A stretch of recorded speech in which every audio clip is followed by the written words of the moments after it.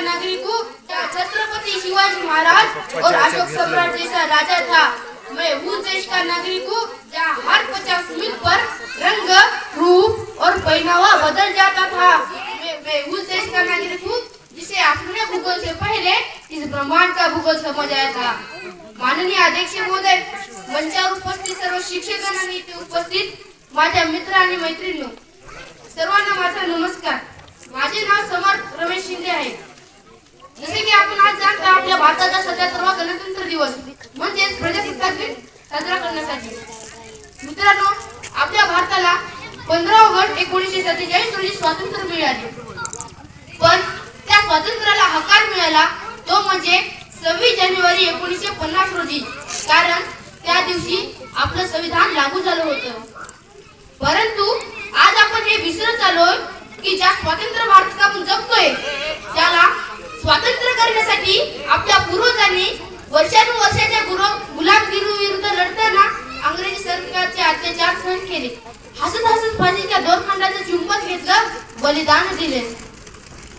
तेव्हाच पाहत आली 15 ऑगस्ट 1947 ची पहाट, म्हणजे आपल्या स्वातंत्र्याची पहाट। मला वाईट या गोष्टीचं वाटतं, जेव्हा आजचा नौजवान कानाला हेडफोन लावून बाईक जोरात चालवताना या धरतीला तुडवताना हे विसरून जातोय की ज्या धरतीला आपण तुडवतोय त्या धरतीचा प्रत्येक इंच मिळवण्यासाठी माझ्या पूर्वजाने तिथे बलिदान दिले। मला वाईट या गोष्टीचं वाटतं, जेव्हा आजचा नौजवान ज्याच्या खांद्यावर जबाबदारी आहे राष्ट्र निर्मितीची, त्याच्या खांद्यावर जबाबदारी आहे समाजाच्या आशा एकांशाला बांधून ठेवण्याची, तो मला आज पबजी मध्ये डुबलेला आणि दारूमध्ये वाहवत दिसतोय। या कठीण परिस्थितीत राष्ट्र निर्मिती करणं आज आपल्यासाठी खूप कठीण परिस्थिती होऊ शकते आहे। नुसतं सैन्यामध्ये भरती होऊन वीर सैनिक होणे ही राष्ट्रभक्ती नाही। आझादी नंतर याचा अर्थ बदललेला आहे। तर मग आपण देशभक्ती म्हणू तर कशाला म्हणू?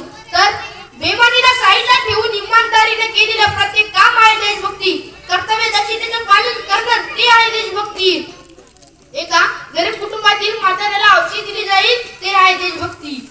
आपलं राष्ट्र पूर्णत्वाचं स्वप्न तेव्हा पूर्णत्वात जाईल जेव्हा प्रत्येक गरीब विद्यार्थ्याला चांगले शिक्षण मिळेल, जेव्हा आपण देशात वाढणारी गरिबी, देशात वाढणारी बेरोजगारी, देशात वाढणारे अत्याचार आपण पूर्णत्वास थांबवून देऊ। आपलं राष्ट्र निर्मिती स्वप्न तेव्हा पूर्ण होईल जेव्हा आपण एका गरीब शेतकऱ्याच्या शेतात आपण पाणी पोहोचू शकू, एका गरीब कुटुंबातील विद्यार्थ्याला एक चांगले शिक्षण मिळेल आणि एका म्हाताऱ्या माणसाला औषध दिली जाईल, तेव्हा आपलं राष्ट्र निर्मिती स्वप्न पूर्ण होईल। मित्रांनो, आपण राष्ट्र निर्मितीसाठी खूप काही करू शकतो। का बरं नाही रक्तदान देऊन एखाद्या व्यक्तीला जीवनदान देऊ शकत नाही? का बरं नाही आपण एक झाड लावून भारताच्या पर्यावरणाला समर्थन देऊ शकत नाही? का बरं नाही आपण कचरा इकडे तिकडे न फेकता भारताचे स्वतः योगदान देऊ? मित्रांनो, मी नाही म्हणत की आपला भारत देश जगातील नंबर 1 चा देश आहे, पण मी हे जरूर मानतो आपल्यात ती ताकद आहे, आपल्यात ती शक्ती आहे की आपण नक्की एक दिवस आपल्या भारताला जगातील नंबर 1 चा देश बनवू शकू।